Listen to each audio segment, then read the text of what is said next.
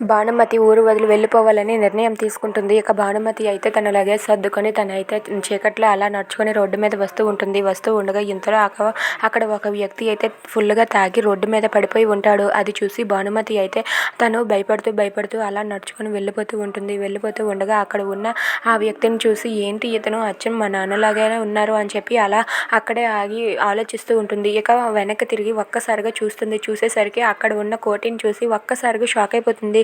ఏంటి మా నాన్నే అని చెప్పి తనైతే చాలా బాధపడుతుంది.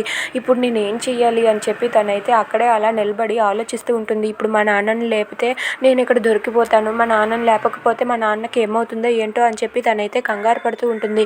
అలా భానుమతి ఆలోచిస్తూ ఉన్న లోపే ఇంతలో అటుగా లారీ వస్తూ ఉంటుంది. ఈ లారీ వస్తూ ఉండగా రోడ్డు మధ్యలోనే అక్కడ కోటి అయితే పడిపోయి ఉంటాడు. అది చూసి భానుమతి ఒక్కసారిగా షాక్ అయిపోతుంది.